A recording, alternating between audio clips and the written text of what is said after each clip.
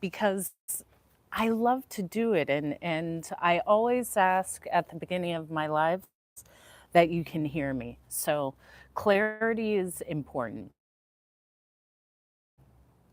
And when you can hear me, that means that we can connect, we can interchange. What's up, Miss Light? And I'm excited because there's just been beautiful developments, especially in how I'm observing myself and how I'm allowing myself to grow in the challenging moments. Now, note, and Miss Light, can I be heard clearly? Because that's very important. Um, I did not say in the bad moments. I did not say in the moments where I want to quit. I said in the challenging moments, really, in the moments that we are growing in life. And I have continued to see the light at the end of the tunnel.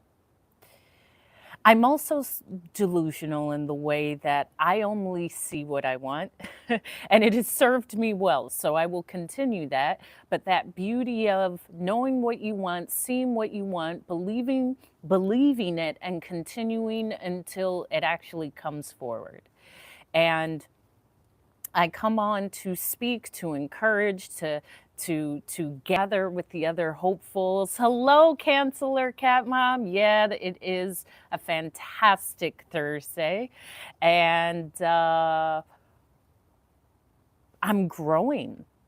And I had one of my hopefuls, I am Frey, and Frey, Frei, means woman in German. She had said, I really see your development because she's been watching me. And it's been a journey. It's been quite a journey. And I entitled this live, Who Were You in High School? Most of the time, that's still us. Understanding that that version of you still exists. Hello, Mr. James. That version of you has always been there. You don't just grow out of these spaces without that person, that teenager still residing within you. It's always with us. And I shared that because after I spoke yesterday, there was some things that I had to complete, and it has been just over like 3 months and 2 days of the death of my father. And through therapy and being extremely self aware, I chose to stay in a place of when I feel something, I allow myself to feel it. I don't push it away. I can feel the sadness, I can feel the loss, I can feel the joy, I can feel myself remembering, and I allow myself to feel. And I sat and I had an expression of tears and I allowed them to come because I know that when we have an expression of tears, when we cry, we are actually aiding our body in a healing process. Our body is signaling that for a reason. So when you have that, allow it to come. Thank you, Prophet, for sharing the live. Allow it to come because it is your body signaling a healing process. And there are hormones and chemicals in our body that are signaled to start flowing through us when we cry. And often you cry and then you will feel so much better. And I share this because it is a part of my journey. And to not limit that space, to not limit what I feel is a part of the grief process. And I journaled and I really sit in my feelings. And I'm expressing this because at times we don't want to sit in it. We don't want to sit in that discomfort or in that space that we don't recognize in ourselves. And I saw myself wanting to reach out and talk to someone and almost offload that onto someone else. And I told myself, actually, no, sit with this. Sit with this discomfort. Sit with this feeling. Sit, feel it. It's for you to feel. It's not for you to offload to someone else so they can possibly assist you. No, sit with that. And that was a space of growth as well. Just sitting with that feeling, sitting with those feelings, feeling that discomfort and allowing myself to grow through that. And I journaled and I have my box of tissue and I cried, and then it was somewhat lifted. And I understood why it's there and why we are even stronger when we allow ourselves to sit in these spaces. And so I went on with what I had planned for the day and the things that needed to be complete in the day. And I posted a video to my YouTube, which check it out. It's called How to Be Unstoppable. I'm doing more short content, 5-6 minutes, no longer than 9 minutes, because sometimes you just need that. You just need that little burst of an uplifting word. And I allowed myself to sit in the sun. Thank you, thank you, thank you for liking the live, Ralph. I see a Ghanaian flag as well as an American flag. You know, I'm quite great with guessing my flags. I pride myself on that because, you know, Americans typically, what's up, Tree? Don't specialize in geography. So after I finished all of that, I was sitting in the sun. You know, I love my tanning in the sun. Thank you for liking the live, Tree, and thank you for joining again. It's been, I know you joined a couple days ago and you had joined actually weeks ago. So it's always nice to read the similar names in the chat. So I completed that. I journaled some more. Then I started scripting because I am big on writing my life. Maybe not how it is now, but I know how it will be. And how powerful that is to put yourself in a space where you're actually living that current life. And I appreciate it. You're not trying, you're doing. So thank you. Scripting is just if you want to be in the best relationship in your life and have a home in, say, Hawaii and make income from several sources online, even if that is not the case, you would write, I feel so fulfilled and beautiful now that I am in the best relationship of my life. We care about each other, we respect each other, and I feel so good in my new home in Hawaii. And I love that I have multiple sources of revenue that I make predominantly online. Yeah, I was in a loving relationship with a Ghanaian for several years. So I am very familiar with Ghana as well as cultural aspects and the people. So yes, yes, yes, I am very well aware, Ralph, and I'm happy you're here. So that scripting process is powerful, and I would urge, if you have not tried that, try it, try it, try it. Try writing your dream life, and this can be once a day, this can be multiple times a day, but it takes that focus off of what I do not have. Because there is a space of always focusing on what I don't have, the money I don't have, the bills I can't pay, the relationship I don't have, the health I don't have, the house I don't. No, I'm only speaking of what I do have. And that's where I say I am delusional. I am really positive, because what's the other option? The other option doesn't work for me. And although that may be what's logical for others, it just doesn't work for me. I'd rather focus on what is actually in my reality, although I may not see it. However, I finished that. I posted some videos. I completed some things productivity and work wise that I needed to do.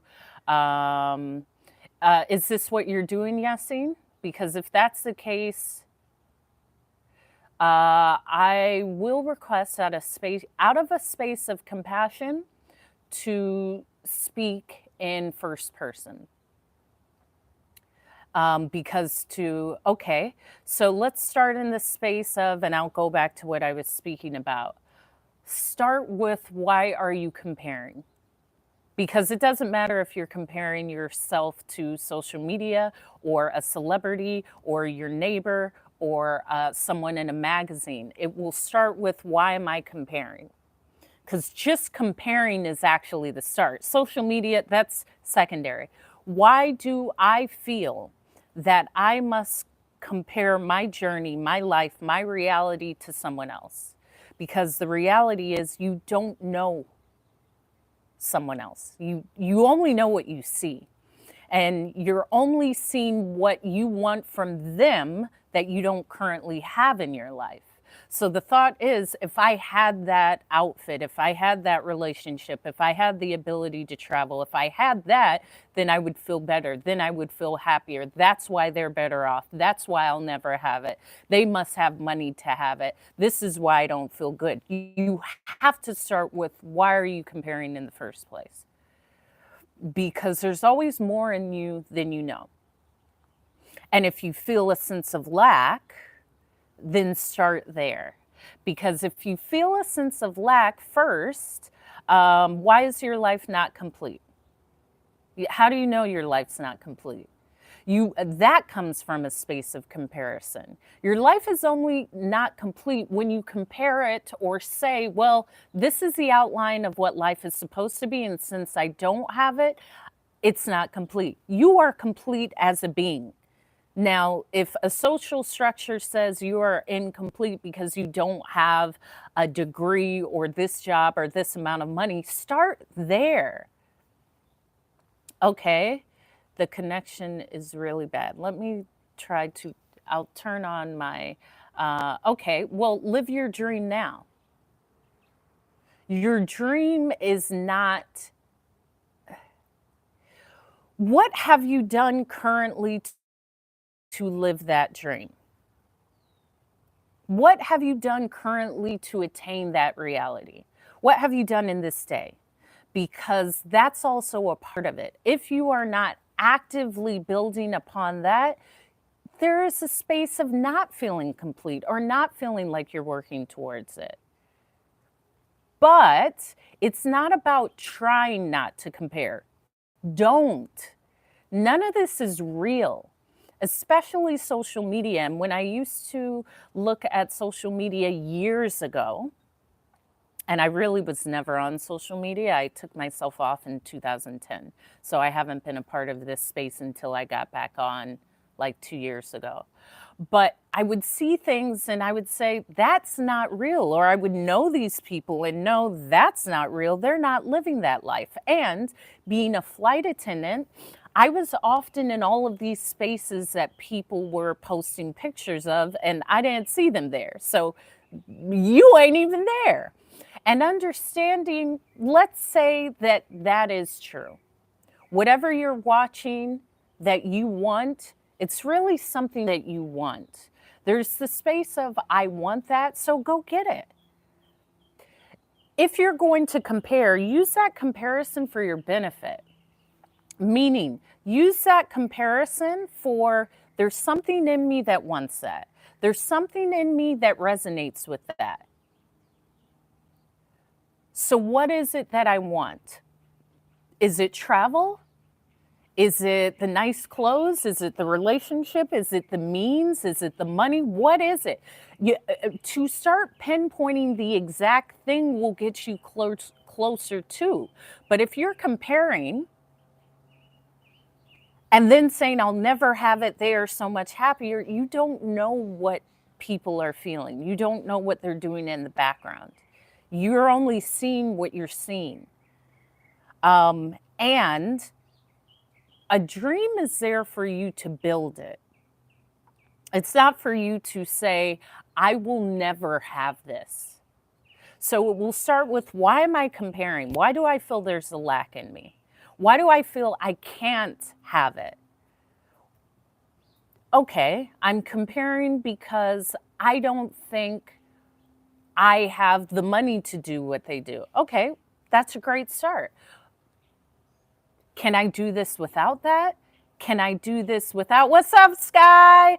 Oh, Sky, I got to tell you something great. And I will get back to how I was speaking to everyone about comparison, because I have a really amazing thing that happened. And Sky is one of my amazing nieces who I actually look to as inspiration. And I I am speaking at my former high school, Sky. I am. And it's so empowering because first I was like, whoa, that's incredible. I was asked to speak at my high school. Okay. I was asked to speak. What am I going to say? And then, yeah, we will get back to the point of comparison. Let me just share with you. Comparing is really saying, I'm not that. I will never have that. When you compare yourself to others, you're comparing from a space of lack. I don't have it, they have it. They must be happier. They must have a better life. You never know what people have. And humans are all the same. Humans are all the same. So if you are comparing, first of all, stop and actively work on that action of, I am enough, I am worthy, I have it. Let me build upon that. If I want that life, what can I do in this day? Maybe I can just dream about it, because that's where it starts. And when I entitled this live, Who Were You in High School? I think that's what I entitled it. It's because of that. After I journaled and cried yesterday and sat in that space of discomfort, which I will say is a space of growth, do not run from what comes up. It is there to teach us something. And so when I was feeling that space of discomfort of just over 3 months of the loss, the death of my father, I sit in that. I don't run from it. I didn't pick up the phone to tell someone, "Hey, can you listen to me? Can you hear my feel?" No, I got to sit and I have to see where I can grow. And it could just be a space of, you're sad. That's all right. I'm not going to judge myself. I'm not going to say, why am I feeling this? I'll journal it out. I'll cry. I'll grow from it. I'll get on, because that's what it's about. And I said, okay, let me go on. So I went off to take a walk, and I received this call from a California area code. And I picked it up. I said, hello. It was from my business line. And it said, hello, is this Hope Williams? I said, yes, this is. Oh, hi, Hope. This is from Women's Empowerment. We were calling you because we received a referral from 2 other speakers. I said, oh, okay. Yes. And I knew exactly who it was. And they said, we're calling you to ask you about a speaking engagement. We would love for you to come and speak. I said, absolutely. And so as we began to talk, the person on the phone said, me and some other administrators were watching your YouTube. That's why I say post your content. You never know who's watching.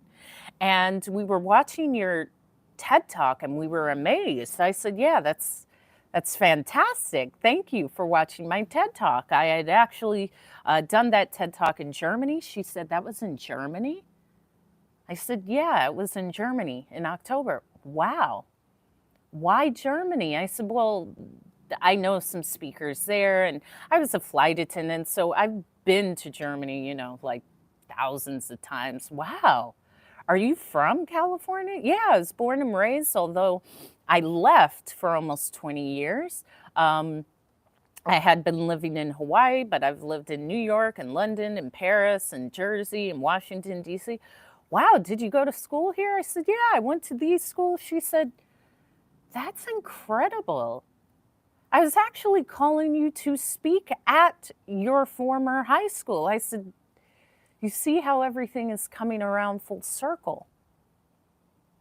And I share this because I really fought coming back to my home state, not even home state. I was resisting coming back. And I shared yesterday, sometimes that resistance is because we're not open to learning the lesson. We're not open to learning how we can grow. And I do believe the things that come to us the easiest are there, and they're there for a reason. And as we continue to talk, I'm pretty happy, and I was sharing, yeah, I'm happy I'm back here. My father passed away 3 months ago, and that's why I relocated back. And it was important for me to speak to the community, specifically the children in the community and young women in the community, because I'm a part of the community. This is what built me into who I am and the speaker I am. And she said, Hope, I really think these young girls are going to benefit from having you. And it was a moment of clarity because outside of the full moon that just passed over this weekend, I've been in a space of transition, a huge space of transition, a huge space of releasing and growing into the new me and growing into my strength and my infinite power and really calling in my wisdom and saying, you know what? Yeah, you deserve this. You are worthy of everything you want in life. And I will speak to Yassine. You will have to speak to that person in you. Instead of saying, I'm not deserving of it, they have it because they have X, Y, and Z, and more of, nah, I can have anything in life. I am infinite power. I am wisdom. I am deserving. I love myself. I like myself, and I will do what it takes. And it was really a place of power. I believe comparison can be a place of the catalyst of change. Whenever I come out of a relationship, and I've had about maybe 3 or 4 serious relationships that have been quite long, minimum 2 years, maximum 5. Outside of that, I am really safe within my space. So I am never seeking a relationship. I usually attract in someone, and it'll take time during that courting process, and then it works. And then you learn and you either grow together or you separate. But when I come out of a relationship, I've always told myself, I give myself a year just to heal and to look back and to grow and to like journal. I'm not trying to get back into anything. And I find when I come out of relationships, my biggest leaps of growth, because it's like now I just start pouring into myself. It's less of well, I never say, why don't they want me? Because I'm always the one that leaves, not leaves. But even in that, I learned from that, it was me. It was not always them. It was a space of me not feeling worthy. Me being afraid of that next level of intimacy that relationships may take us into, such as a real commitment like marriage. And that's what I'm doing now. I will share with you anything that happens in life, you can use it to be a force for good for you. This mourning period of mourning the loss of my father, you will see complete rapid change because, yeah, it's constant. And I'm still Amal 12. I'm still finding that balance because I will go into deep like work within my reality and pull in that person. And then I have to find that balance of still being on my path, walking a path with another person. I'm finding it. I won't say I haven't, I'm finding it. I'm even finding, like,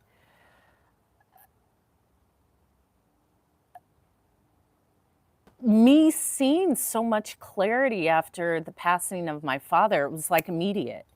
It was almost like a wiping of a fog.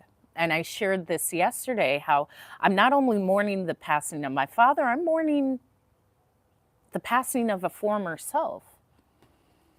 And it's not that I'm alone in the world, but I'm in a different space, and I immediately, like, propped myself into this power because I took that on. And it's not really a space of, oh, I can't go on. It's like, whoa, I feel my power. That's incredible. I really feel my power. Okay, Amanda, I understand. I understand. Yeah, it's grief is I find it a beautiful thing. I don't shy away from anything. As a speaker, as a being, as a woman, um, and with my therapy practice, I have found every cycle of grief is different. And I wouldn't compare any of them. However, I had a loss of an animal that was somewhat swift and traumatic. I had a cat that was attacked and did not make it. And that was like a cycle of grief. And I had therapy with that because grief is grief. I had a really great friend of mine pass away from an overdose, which was like, oof, another cycle of grief. There's a lot of cycles, and every cycle of grief for me has taught me something. The biggest thing I've learned is not to run from it, not to push it away, not to push away those feelings that are uncomfortable, because it's just arising for us to feel it and then release it. And then release it. This is why I typically now always have some tissues, because if I have an expression of tears, I do not see that as a negative thing, because I know, I know, as I shared with you earlier, yeah, it's absolutely beautiful. Everything my father was really positive. I've probably just trained myself into being really positive, but how is it not? To really grieve is to say, "Oh wow, I had such a deep love for this being that is not physically a part of my reality." That's beautiful. That's beautiful. I've seen the opposite. I've seen people transition, and individuals were like, good grief, it wasn't the legacy I live in. I'm speaking because of my father. I thought that's when I was like, wow, now I want to dig deeper into spaces where I thought I wouldn't speak about. I didn't know I would be speaking about grief. But as Amanda said, there's so many of us who have had this experience, especially with the loss of a parent, a mother, a father, a sibling, a partner, a friend. We all have had that experience. So to speak of grief in such a powerful space, and I saw the beauty of what family is. I have to say, I'd kind of been running from like true commitment and marriage and all of these things. Yes, Robin, and this is for my YouTube live. I have someone named Robin H who says it takes a lot of bravery to cry in front of others. Prioritizing authenticity takes a lot of courage. I am courage. I am authentic, period. What is the opposite? Let me shift that sentence. Why would I not be in a space of bravery? Why would I not be in a space of authenticity? Why would I not be in a space of courage? When I speak of being empowered and speaking from an empowered space, The opposite does not grow my spirit, my soul, my being. It doesn't grow me. It will keep me small. And me as a speaker, this is really a spiritual practice for me. I've spoken about everything. I took a break when my father died because my father had died. And I'm comfortable with that. I remember seeing my father cry. So even when a man cries in front of me, it's not uncomfortable. It's not uncomfortable. It's not uncomfortable for me to see emotion.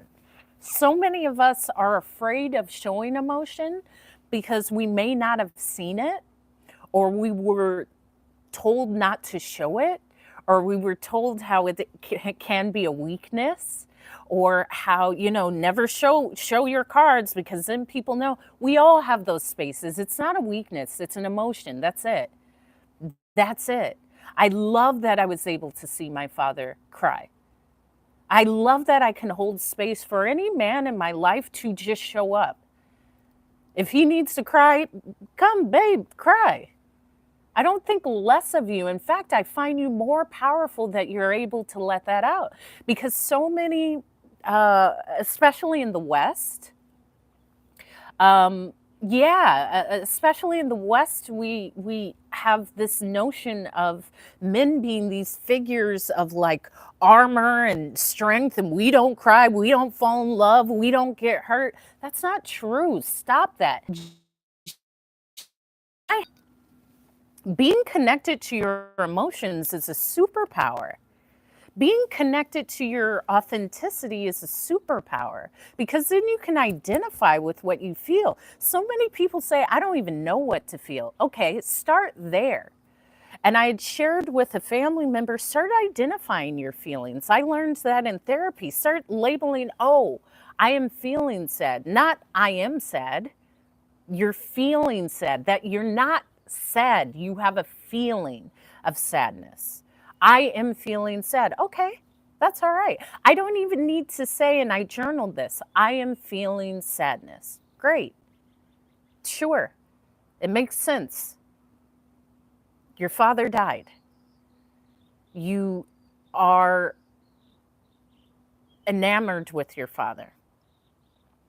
So to be in a space of sadness, that seems normal. Even normalizing it. Yeah, of course you would be sad. That's okay. All of it's okay. It's all for your benefit. I don't see any of this as a negative space. And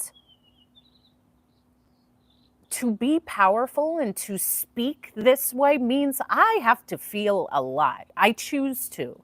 I'm not speaking from a script. I'm speaking from something that is unseen. When I go in, and I'm so excited about speaking at my former high school, that encouragement comes from I was in that space. We've all been in these spaces. We've all been in a space of loss. We've all been in a space of I don't even know how to continue on because life is going, but I feel stagnant because this person's no longer here. That's all normal and a part of it. That's a part of it. And I'm sharing this because maybe someone hasn't heard this. And this is why I encourage a journaling practice or a therapy practice or something to release that because loss is difficult. However, I do see beauty in grief. Just the space of, I loved that person.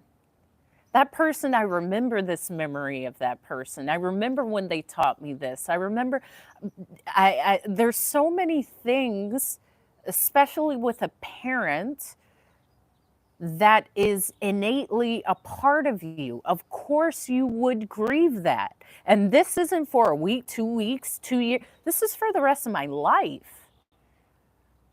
And I say this is for the rest of my life. I don't say that out of fear because it will change.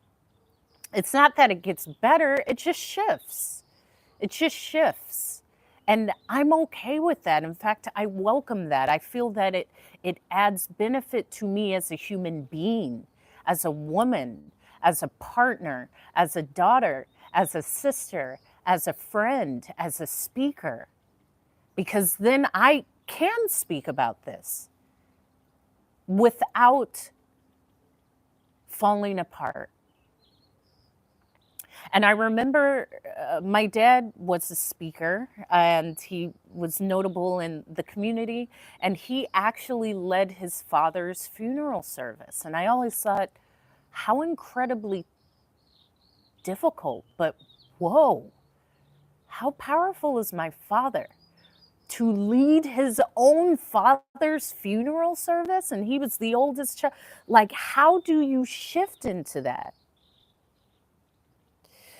And the only thing I could relate to is when I had my, if you're on my YouTube live, go to my TED Talk. You can put in the search bar, Hope TED Talk Emergency Landing here on TikTok.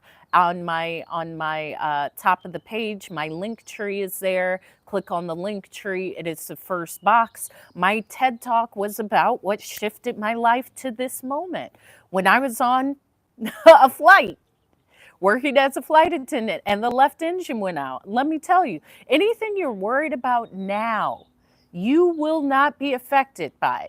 If you are on a plane that is about to have a crash landing, trust me, you will not be worried about that little text message, that phone call, that bill. You won't be worried about nothing, okay? Let me tell you. Let me tell you. That's why I go through life like none of this junk matters.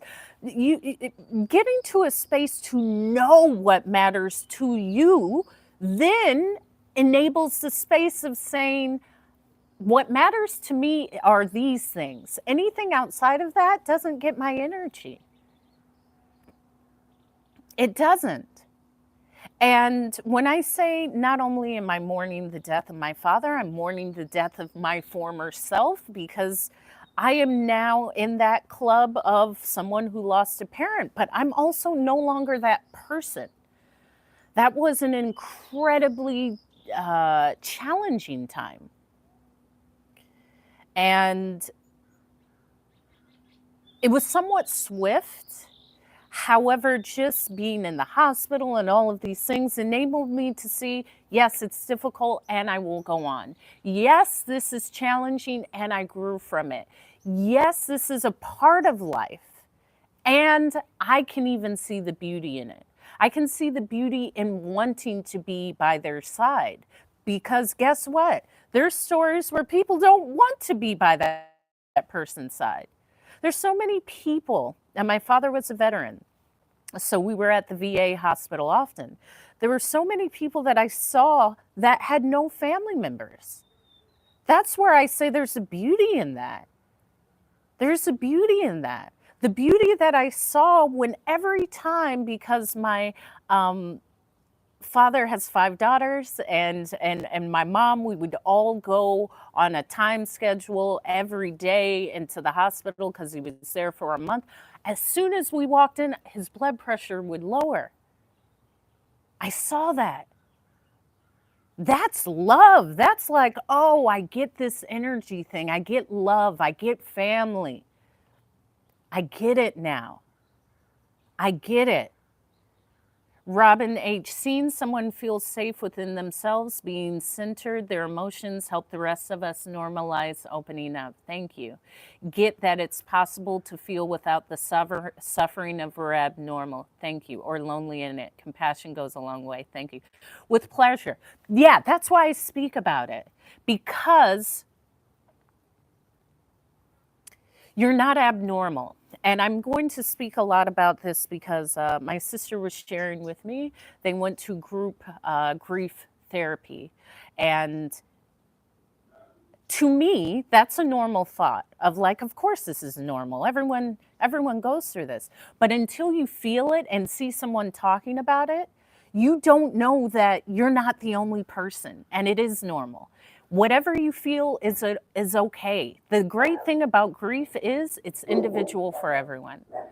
The only thing I would recommend is being open to feeling it, because it was challenging. And I was thinking about that. I'm still like releasing a lot of that, and that's a point where I dove into speaking a bit more compassionately and full of authenticity, because we all have lost someone. We have all felt those feelings of feeling lonely. And I remember speaking to someone that I was formerly in a relationship with, and I said, I do feel so alone because this man that I enamored is no longer here. And I feel like this void.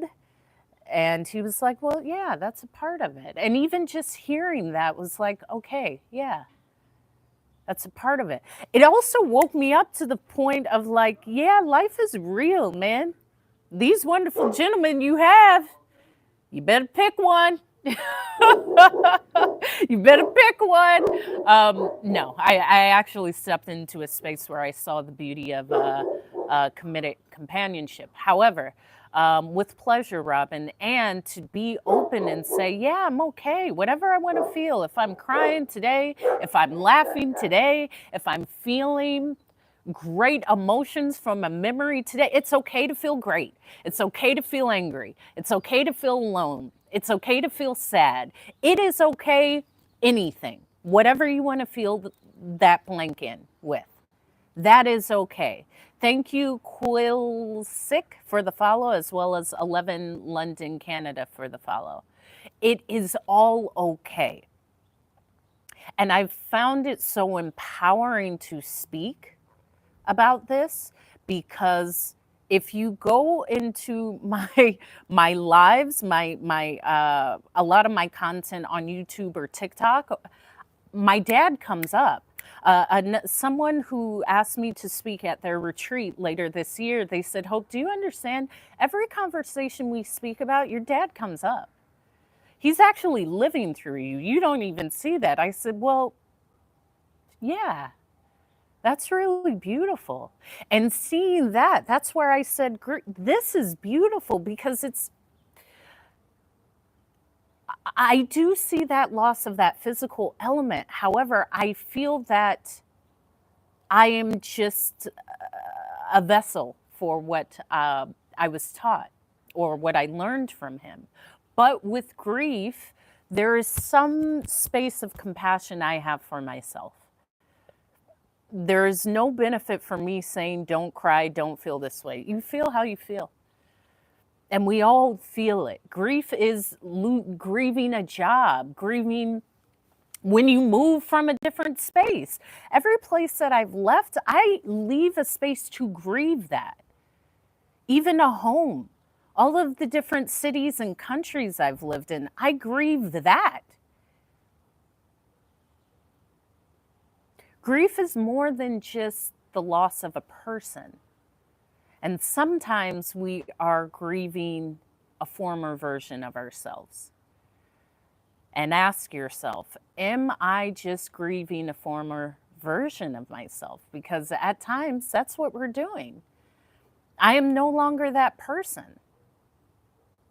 In reality, I probably haven't been in a long time.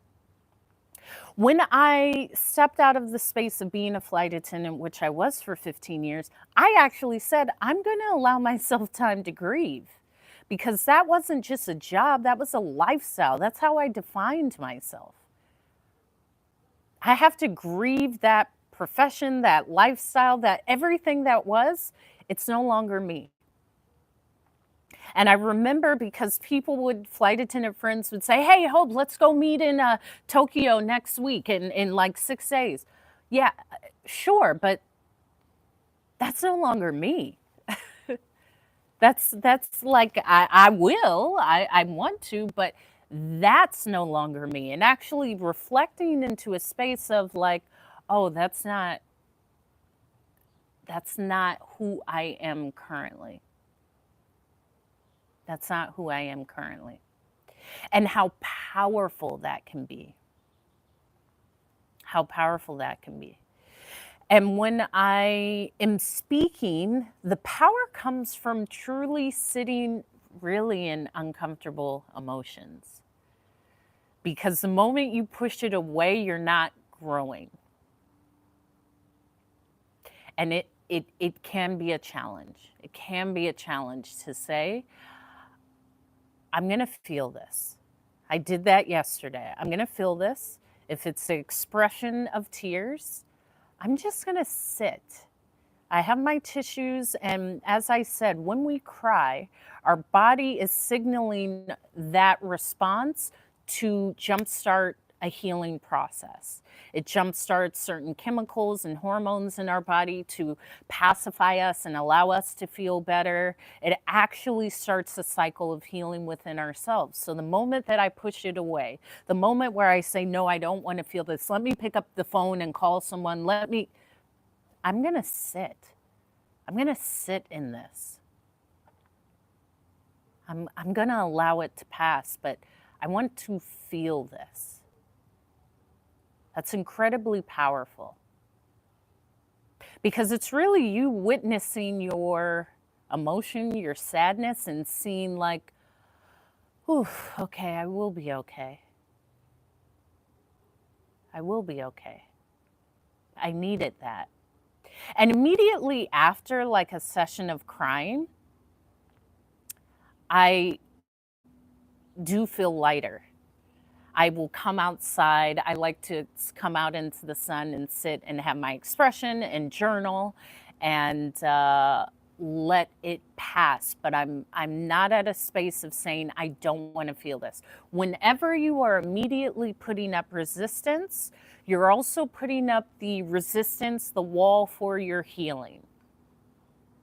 With pleasure, Noah. Thank you. And to heal is to feel. And what we're fearing isn't usually what comes about.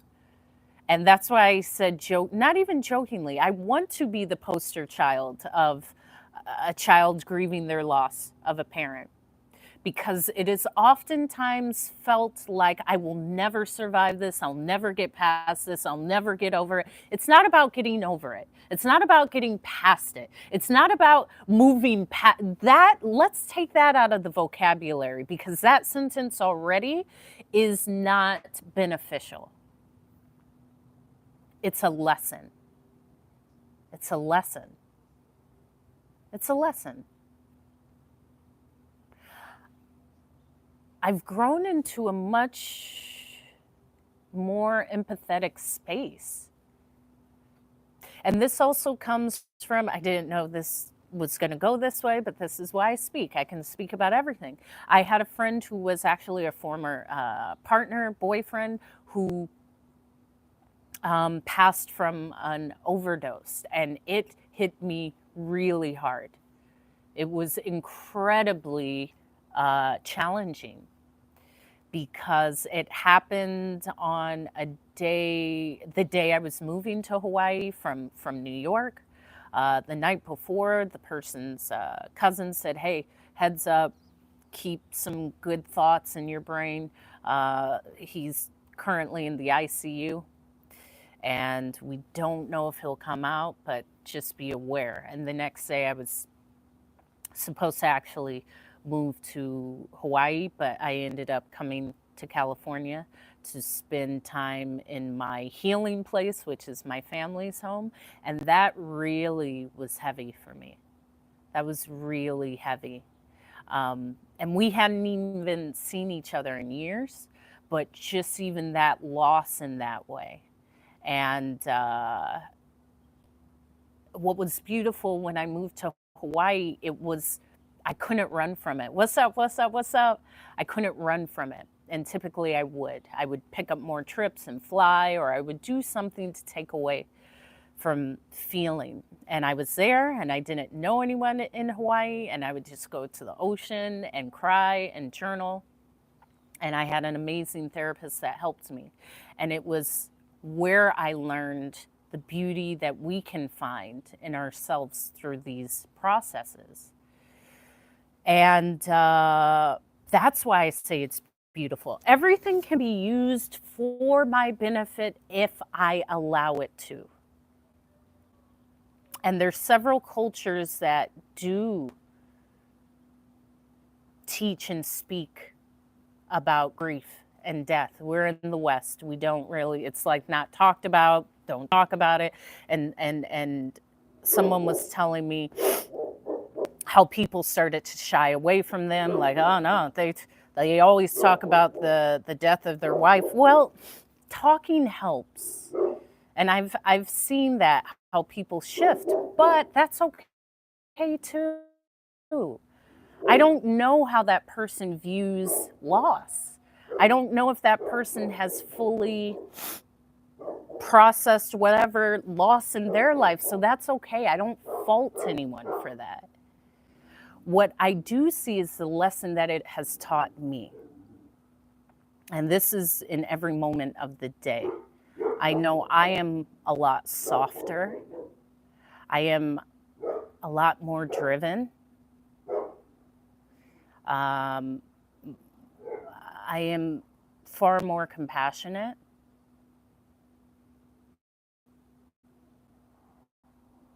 And patient, because as I've said in a lot of my talks, you never know what people are going through. What I've spoken about, that takes people out. That takes people out. Relocating, the loss of a father, kind of seeing the whole downgrading, not downgrading, because I just say, first of all, no one has said, oh, well, how did he pass? I think that's far too intrusive. However, I just say of old age. He was 76. He lived a great life. It's not like it was this major thing. I also saw so many beautiful elements because with me being a flight attendant, not everyone has that beautiful story of loss. Let me add on to that. Let me bring it back to the US. So many people don't even have that ability to allow their loved one to be in a hospital for an extended amount of time. This is the US.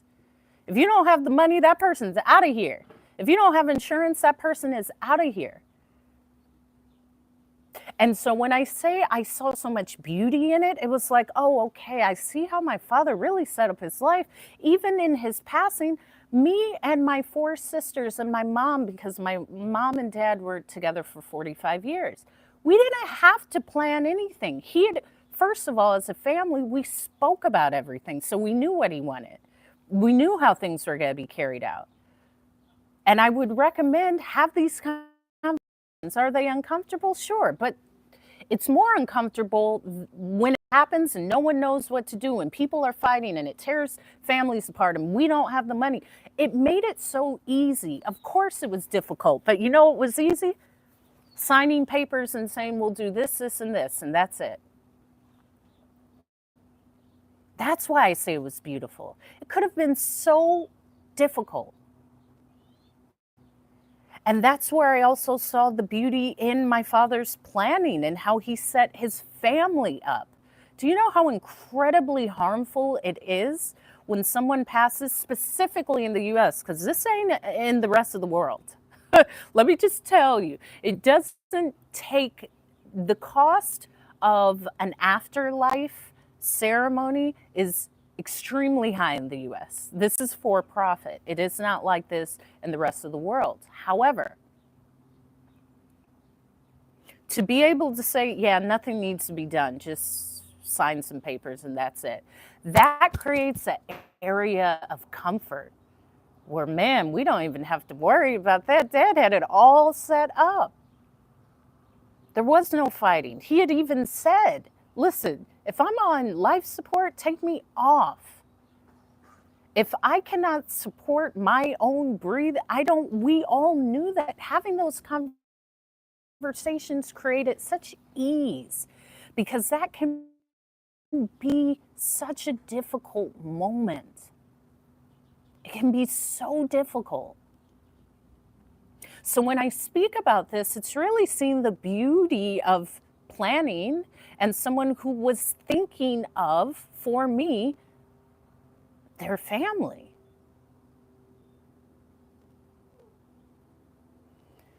My dad would jokingly say, you can't wash enough cars to bury someone. That's what a lot of people have to do in the US. You constantly see people doing car washes to raise money or a GoFundMe. That's incredibly challenging to have that extra level.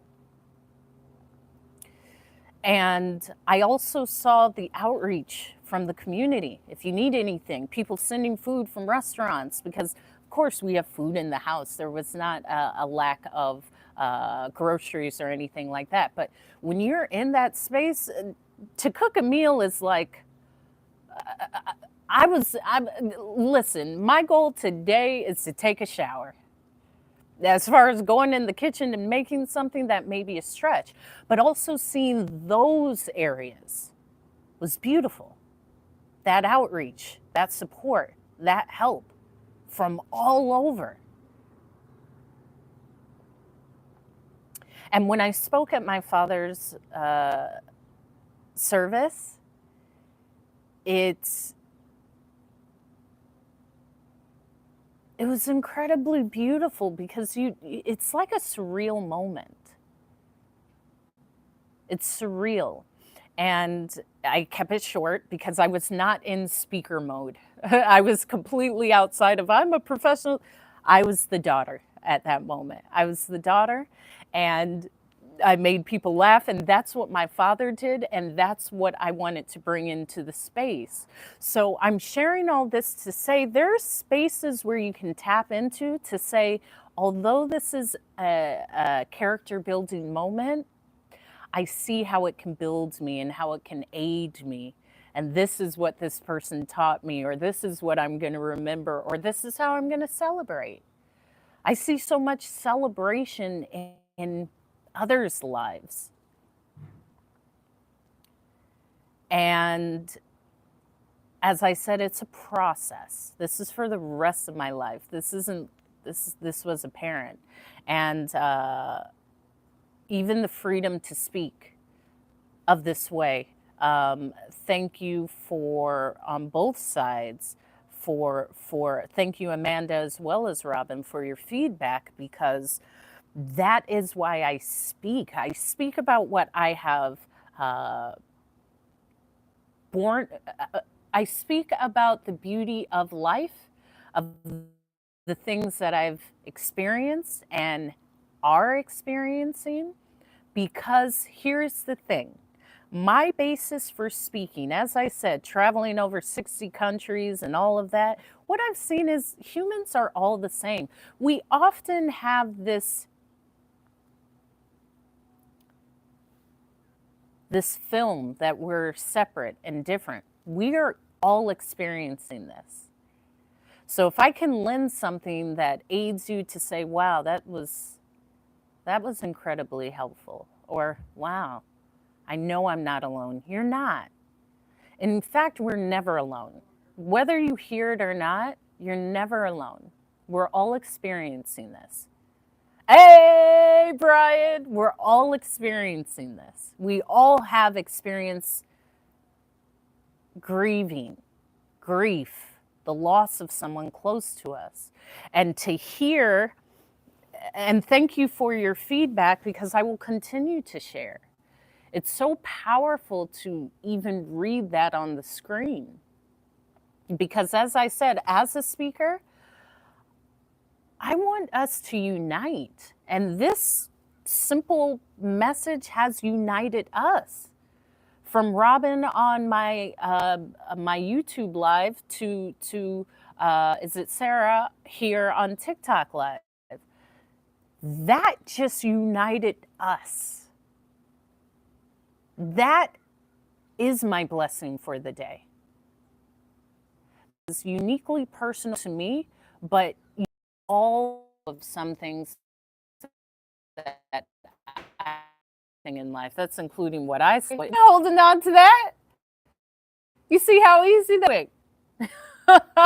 I can let that go real quick, okay? And a part of this I will share when I speak at this high school. Brian, I have to share with you, because this I had started this live to share about our high school self. Our former self is still us. However, I was asked to speak. What's the difference between then? We're still there. There's kids that have gone through that. Arkita, where you been at? I'm so excited because I can't wait to go in this school. They're gonna be like, "Who are you? I love you." I'm gonna say, "Girls, I know." But to have that vigor for life, when I say I don't take this lightly, when I decided to speak and to be on the forefront of speakers and do this professionally, that means I sure am glowing. It's because I'm in the sun. See how I said that the sun just popped out? I sure am stream of speaking. I had seriously said this. I don't see the results that I know are coming. What's up, Lawrence?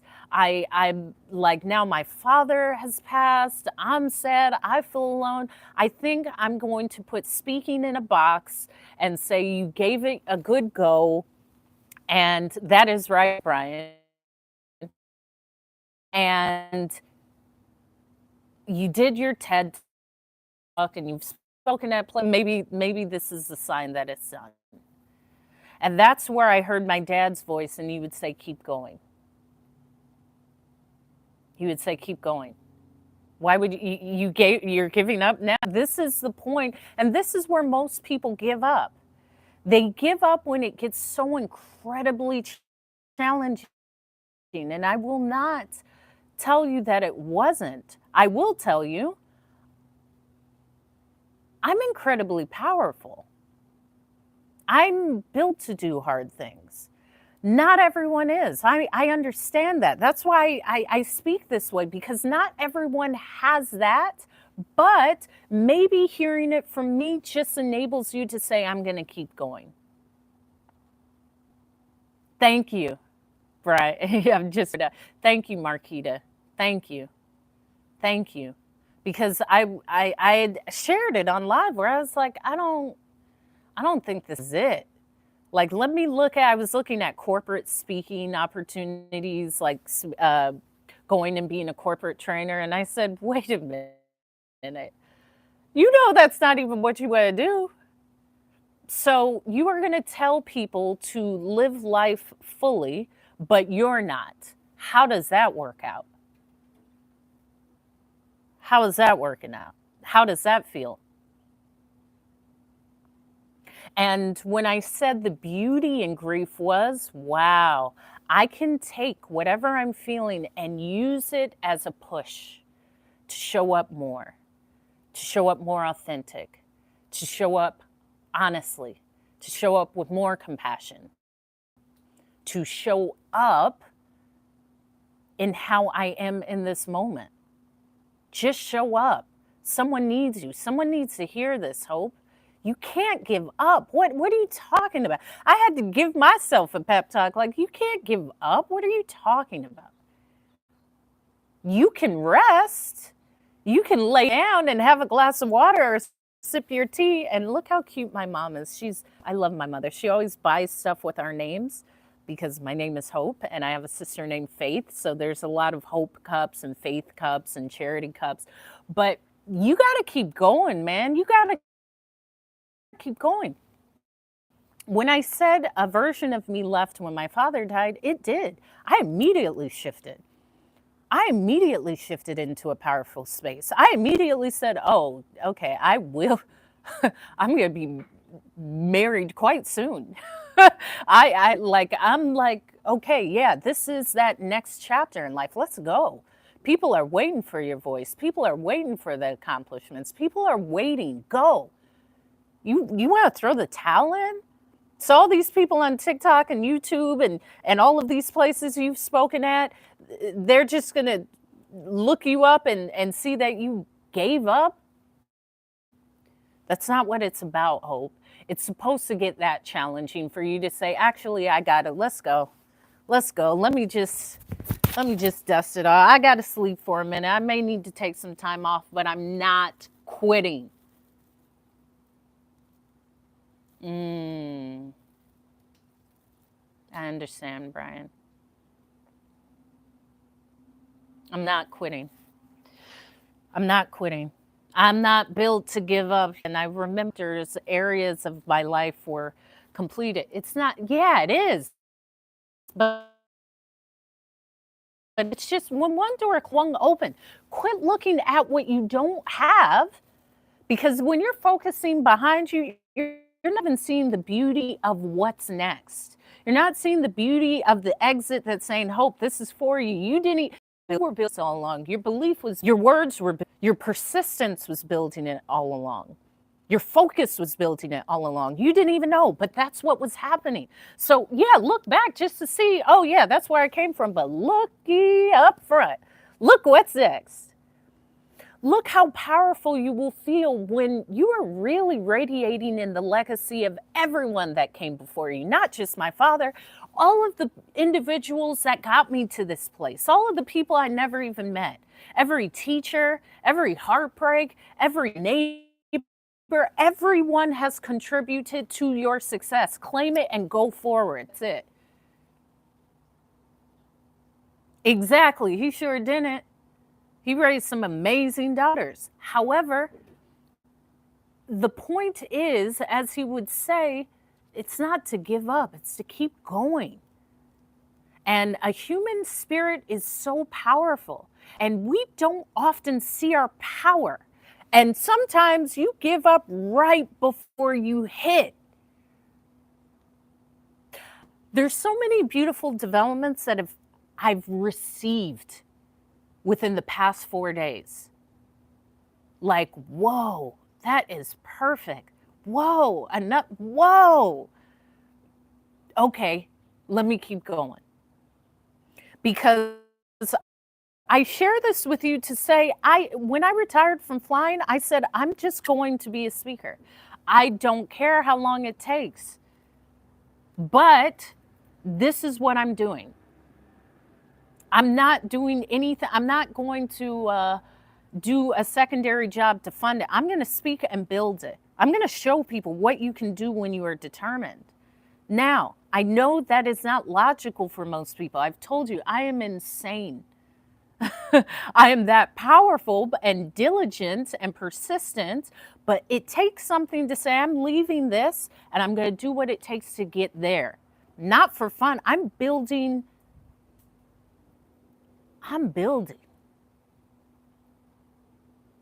It doesn't matter if you don't understand. So many people can be fortified with a word. And the more that I speak to people, young, old, wherever, we sometimes just need that word, that little drop of keep going, maybe a laughter, maybe a push to say, you got it. Sometimes the belief of others is the belief that you need. And it is difficult to keep going. But what's the other option? To give up? To say, oh, yeah, this is how far I got and then I gave up. Well, don't share that story. That ain't a story to share. I want to see you get to the highest pinnacle and then be surprised that you get to go even further. Because that's the beauty of it. You didn't see, but you weren't supposed to see it. And I share this because I've said there were so many times where I was afraid to be on YouTube. I was afraid to be on TikTok. I was just afraid to be seen doing this because why? She thinks she can speak and create a career and create a legacy and empower others. And she's goofy and she has so much energy and she's laughing and doing. Yeah, why not? If I'm here to live and live life more abundantly, then why not? Why can't I have it? Says who? Who says I can't? You? Oh, I ain't listening to you. I listen to me. I don't listen to y'all mofos. I listen to me. You know why? Because me has already succeeded for me. Sometimes, what's up, York? Thank you, thank you. And it's not a fake background. I ain't listening to you. No, I'm listening to something that's unseen that says, keep going, Hope. You're not supposed to see it. Get out of your own timing. Get out of your own way of how it shows up. Get out of your own way. It's us. We get in our way. It's us. I can't do it because I didn't go to school. So I can't do it. I don't have the money. Just start doing it. You will be amazed at the support that comes out of places you never knew were there. I don't think I have the strength. Just start doing it. Why are you already talking yourself out of it? You haven't even started. You haven't even tried. Try. Try for an extended amount of time. Not a week, not 3 months, not 6 months, not even a year. I've been doing this for 3 years. I told you when I said I'm going to speak, I said, how can I speak? Because my dad said, if you want to do something, do it diligently every day. Am I going to school? What? No, I'm not going back to school. I'll go to Toastmasters. It's this public speaking organization. It's 2021. Everyone's online on Zoom going to Toastmasters. I am going to Toastmasters 5 hours a day, Monday through Friday. I'm speaking at different clubs around the world. I'm building my speaker's voice. I'm building my keynote. I'm meeting other speakers. I'm meeting people that may need a speaker's coach. I'm meeting other people that may need to hire me to speak or to uplift. I just said, how am I going to do? Let me go. That's right, deciding, but ain't nobody gonna stop me but me, and I'm going. You know how crazy that sounds? You're on Zoom 5 hours a day and 5 different 1-hour meetings in Zoom? Yeah, how else am I going to go to competitions? Yeah, I went to, well, I'm still in Toastmasters groups, but this was in 2021. So and because I was a flight attendant and I still love accents because American accents are boring to me. I joined clubs around the world to India, London, Paris, Switzerland, Germany, Brazil, where I lived in Hawaii, Asia, all over. I would get up at 5 a.m. and go to meetings until 1 in the afternoon. That is drive. People said, who is this Hope girl? She's amazing. So, hi, I'm Hope. I'm a speaker. The moment I decided to speak, it didn't matter if the evidence was there. I just started introducing myself. I'm a speaker. Do you need a speaker? That was 2021. I did that for a year straight. Do you know how that increased my visibility as a speaker, my networking, my voice? I had to get uncomfortable. Yeah, I'm great, but it's uncomfortable. People have to critique you. You got to get up in front of people and in competitions. I got to learn how to write a speech because I don't really write. This is all extemporaneous or freestyle. It comes from a space of feeling. This is why I talk about all these things. I feel and go. I'm connected to something bigger. And then the year after a year, I said, I'm kind of plateauing. I need to continue to grow.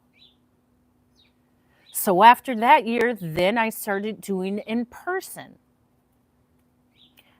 Then after that year, 2023 is when I had my TED Talk. So it's never immediate.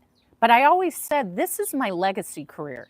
I've had the fun with the flying, and that was also for me to gather everything I needed for this chapter of life. I never saw myself having one occupation and retiring after 40 years. Nah, this is multi-layered. I'm ready to leave. But why? You're a flight attendant. It's great. There's a lot of great things in life. I've done it. I've reached mastery. It doesn't challenge me. And I know my calling. For me not to say yes to my calling is detrimental to me. Whenever you don't say yes to, you know what life is calling you for, the universe is calling on you, the world is calling on you, the family, there's so many things that are asking for your attention, and you refuse to say yes because of your fear. It's time to step out of fear and step into, this is for me, I'm going. I'm going. Then I started the TikTok and the YouTube, and I said, well, I'm going to show up as a speaker. I'm here to encourage and be funny. Yes, I'm beautiful. I am. But there's more to me than thirst traps and laying by a pool in a bikini. I got something good to tell you, okay? I could say it in many languages. That's also the goal. I will be speaking more in French and the other languages I know, because this is like a movement for me. Marquita, this is a movement. Here's the other thing, especially with me speaking to young people, someone needs to see it in this way.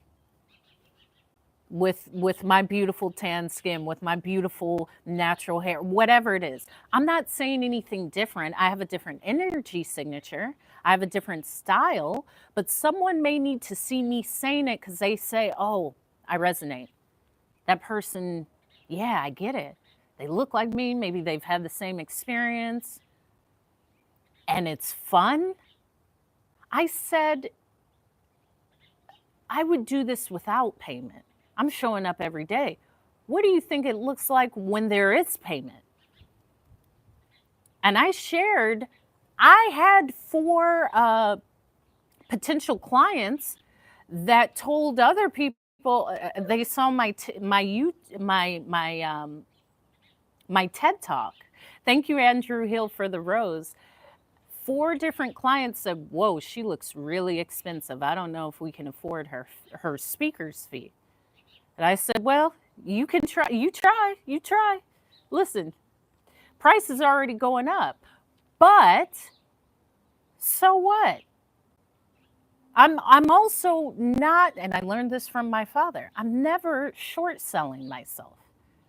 This is a skill. This is a prized possession. I am worthy of that. And that's okay. I'm willing to work with your budget, but the price is the price. There's all of that. I also had to learn in that, because so often people will step into a space of, let me lower my price. Let me say, I don't even feel comfortable. Nah, I feel really comfortable sending out my speaker's fee, honey. Here you go, because you got it. People find a way. People will find a way. And let me take that out of a money aspect. That is even for your self-worth. Stop lowering your self-worth for people because you think that you're asking for more. Stop it. That doesn't service you. That disservices you. That doesn't add to you. It takes away from you. The price is the price, but also this is my standard. That's it. That's it. That is the prominent reason why I've purposely stepped out of alignment with others or out of relationship with others, because I just said, oh, that was beautiful. This isn't up to my personal standard of how I will allow myself to be treated. And that's okay. I'm not saying that out of disrespect. It's actually out of love for you and myself. Because there may be a point where I become resentful because I'm staying in a space where I'm not receiving what is best for me. But I've created a story that if I share that with you, that you will be hurt or you will change or you won't respect that. I've gotten rid of that story. I love myself. I like myself. I respect myself. I see my value. I see my self-worth. I see my confidence.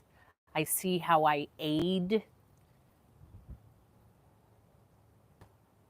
And that is it. I will never allow myself to be in a space where now I'm resentful of you because of the choice that I'm choosing not to make. Because that is a choice for me. And you never know, you can come back around to someone or back to a situation, but purposely removing yourself when you say, yeah, that, nah, you can't feel the price, that's okay. That's all right. If I do not receive the love and the respect that is best for me, that's okay. I have no problem removing myself. In fact, that's the best thing to do. And I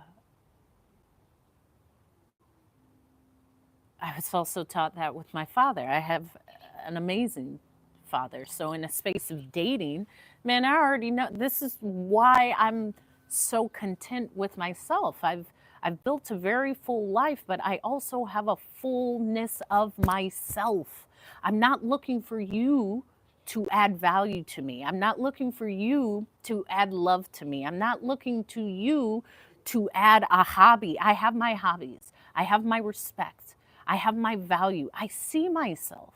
So I am okay. I am okay before and after you. And I've learned that. That's a really powerful space. In fact, that's why I've attracted wonderful individuals because they see, man, hope is good regardless. I will leave you in the dust because I will say, baby, you great. You ain't that great. I'm great. We can be great together. But no.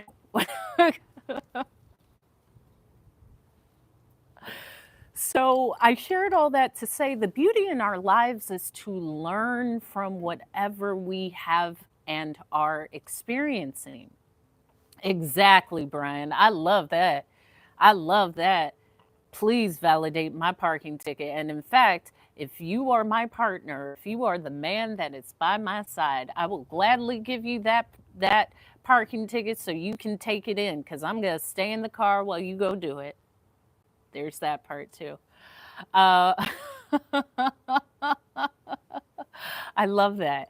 And in any space, in any relationship, just knowing, loving yourself and having your self worth will bring what you need. It's when you're seeking that validation and seeking that love and seeking something that you don't feel is in you.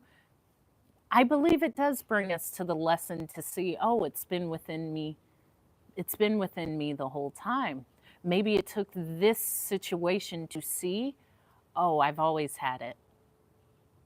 I've always had it. It's always been me. And it always will be me. Choose you. Choose you. Not in a way of like run everybody else over. No, no, no, no, no, no, no, no, no. What you have is enough. You are enough. You do not have to take less to be of receiving of love or worthy of love. I'm not saying that. What I'm saying is to truly love and be one with yourself is to say, I like myself. So if this doesn't work, I'll be okay. Not if this doesn't work, I won't be able to find anyone else and who's going to love me. No, I love me. And I'm okay with that. I'm okay with that. So speaking at the school and my former middle school is exciting because whoa, I used to walk those hallways. And now I'm seeing the transition of me being back. Like the beauty of taking a step back and seeing life as something that's always working for you. That's why I see the passing of my father in such a beautiful space. Thank you, Brian, for the gifts. Look at all my bracelets. I got a bunch of team bracelets. Okay, okay, okay. Maybe I was supposed to come back to be here with my father during that time. Maybe I was supposed to be back here to heal in this loving space, which is my parents' home. Maybe I was supposed to be back here to speak to these kids at my former schools and the schools around my area. Maybe this was all supposed to happen. And now I just say, yeah, I'm led. I told my mom that last night. I said, I'm just being led and I'm open to it. I've surrendered and said, I'm just showing up. I'm doing what's best for me. I'm showing up, I'm speaking, I'm saying positive, I'm healing through this grief of the death of my father. I'm journaling, I'm talking about my experience, and I'm just seeing the beauty. Every day, something beautiful is being gifted to me, is being given to me, is being blessed to me, is being shown to me, is being an opportunity. And it's really because I said, I don't know what this is, but I'm just being led. I'm going. I'm going. I trust. I will just be this voice, and I will stay in a compassionate space, and I'm learning and I'm growing, and boy, oh boy, it's just getting better and better. And the challenge is to allow it to happen. Not saying it will only come from this way, this time, this day. I'm open. I'm open to receiving. I'm just showing up consistently. And I'm really excited. The excitement is just like growing in every way. And I will continue to stay in this space of compassion and honesty, because why the heck not? I've seen how people have gained something from these words, and so I'll just keep going. I'll just keep going. I'll just keep growing. I'll just keep challenging myself to build upon what is for me in every way, and know that the strength is in me saying yes. So say yes. Thank you, Brian. Now, listen, I'm calling him Brian, but here on TikTok, his name is all caps GIHSO. Get her safety. What? Please break it down to me, because I heard you say it in your live, but I want to say it before I close. Um, I really appreciate you, brother. I really appreciate you. And I love, especially on every platform that I'm on, I just have built an incredibly positive, unique, engaging community. And that's was always my plan. Going in hot, safety off. Okay, let's go, let's go, let's go, let's go, let's grow. I like that. Going in hot, safety off. And that isn't in a space of like violence. That's in a space of I'm going, I'm taking off. I am powerful. Safety is off. We are going. We are growing. This is it. And I appreciate you. I don't know how we found, I don't know. Was I on your For You page? I'm not sure. Um, I share with everyone, if you haven't already, if you're on my YouTube Live, because I stream both on TikTok Live and YouTube Live, if you're on my TikTok, come out of this, go to the top of my page, click my link tree. My link tree has all of my links. The first link is my TED Talk. Check out my TED Talk. That's the basis of me speaking. If you are on my YouTube, you can go to my YouTube page, which is Hope is Speaking, and click. It's at the top of my page. It will have all of my links, including my TikTok. However, or just go to YouTube and put TED Talk Hope Emergency Landing. That really shows you it was the shift in my life, but what I speak about as a speaker.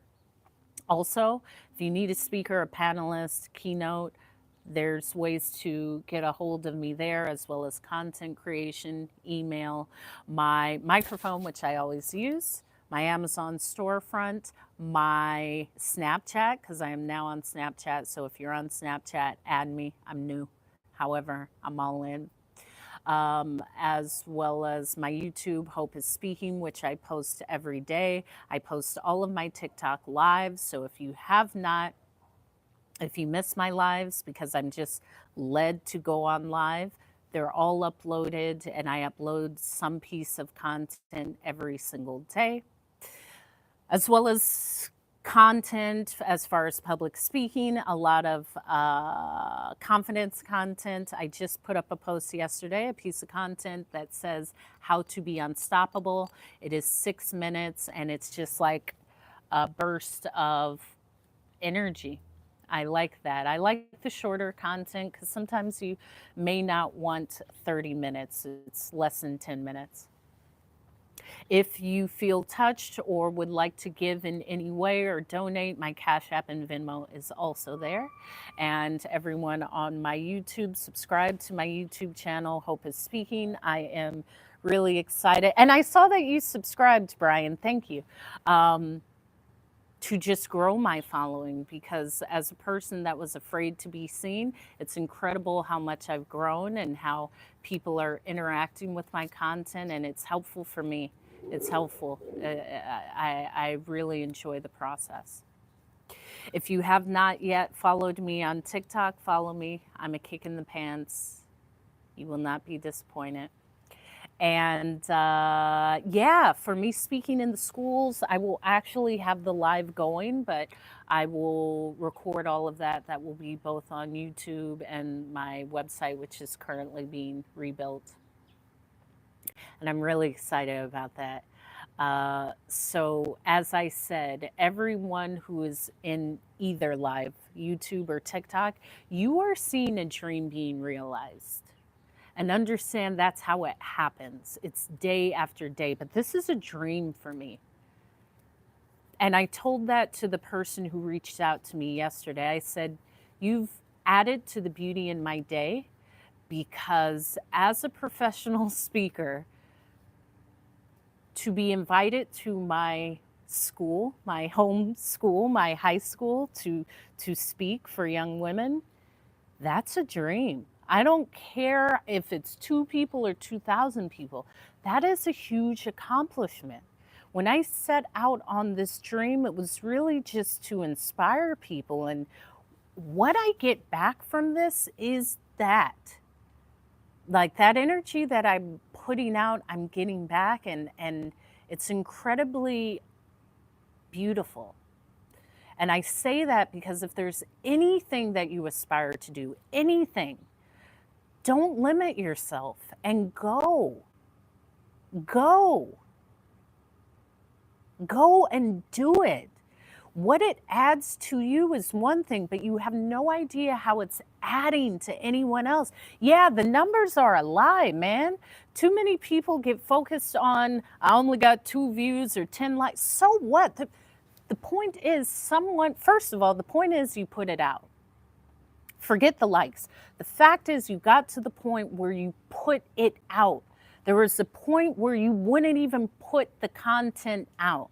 So divorce yourself from the numbers, from it being viral, from it only having this many likes. The win is that you got to a space where you said, I'm putting it out. It may have changed someone's life already. So thank you, Brian. Yeah, and I've been seeing a lot of your content, which is incredible. I also want to ask you, how do you shoot that where you have the 2 angles? Because I love that. I may just shoot you a DM because I like that. In your videos, you're talking like this and then you switch to the other camera. I'm going to have to do that. So thank you for everyone who's both on my TikTok live, on my YouTube live. Let's continue to be a hopeful. And I end, there's a ringing in my left ear. I end all of my lives with these 3 things. The first is, be the reflection of love, because we all come from an infinite source of love. Secondly, show up. Show up for your workout, show up for your job, show up for your dream, show up. Because if you don't show up, it doesn't happen. All I did was show up, and shown up consistently. But again, if you don't show up, nothing happens. You saying, well, I'm going to go today, but you don't, that ain't doing nothing. You just talking. Don't be talking. Do it. Finally, my third closing statement, it just comes in this moment, and it is your dream can be real, but to make it real, you have to say yes. You have to say yes to your dream. And also detach from how the outcome comes to you, because it's often not how you see it. Me as the speaker, I jumped out and said, I'm going to do this, this, and this, and it'll come this way, and it will only come through this channel. That's not how it's happened. But the things that I have wanted have and are happening. Detach from that. Be consistent, show up. If you got to cry, you cry. If you got to journal, you journal. If you have to say, man, this is difficult, do that and then get back on it. That's it. So enjoy the best of the day, because the best of the day is yet to come. And I love you. I will see you tomorrow. Bye-bye.